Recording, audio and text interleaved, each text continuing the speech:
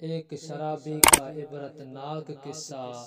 حضرت عمر بن عبدالعزیز رحمت اللہ علیہ نے فرمایا، ایک رات میں مسجد کی طرف جا رہا تھا کہ چند عورتیں رو رہی تھیں۔ میں نے پوچھا کہ کیا معاملہ ہے؟ انہوں نے کہا کہ ایک مریض ہے جس کو ہم نے کلمہ کی بار بار دعوت دی ہے، لیکن اس نے نہیں کہا۔ آپ آگے بڑھے اور اس کو کلمہ طیبہ کی تلقین کی، لیکن اس نے نہ کہا۔ دوبارہ تلقین کرنے پر اس نے اپنی آنکھیں کھولیں اور کہا کہ میں لا الہ الا اللہ کا انکار کرتا ہوں اور میں دین اسلام سے بیزار ہوں۔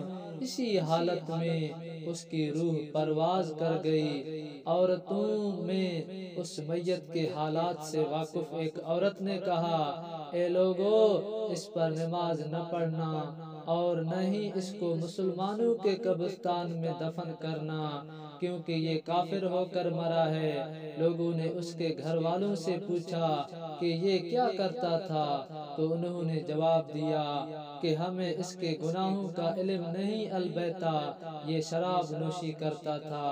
شراب نے موت کے وقت اس کے ایمان کو چھین لیا۔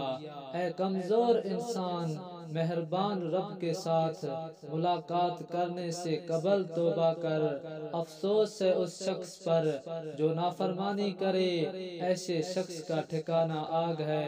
جب تک جسم میں روح باقی ہے، توبہ میں جلدی کرو، کیونکہ توبہ کرنے والوں کے لیے توبہ کا دروازہ کھلا ہوا ہے۔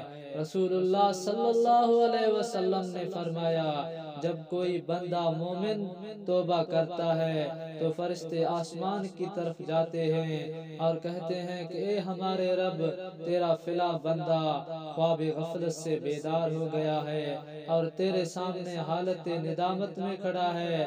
تو اللہ تعالیٰ فرماتے ہیں، اے میرے فرشتوں، اس کی حاضری اور اس کی سسکیوں کے لیے آسمانوں اور زمینوں کو مزین کرو اور اس کی توبہ قبول کرنے کے لیے توبہ کے دروازے کھول دو، کیونکہ میرے توبہ کرنے والے بندے کی ایک سسکی مجھے تمام زمینوں اور آسمانوں سے زیادہ عزیز ہے۔ جس شخص نے توبہ کو لازم پکڑا اور دربار الہی میں آ گیا تو اللہ تعالیٰ اس کے گناہوں کو نیکیوں سے بدل دیتے ہیں۔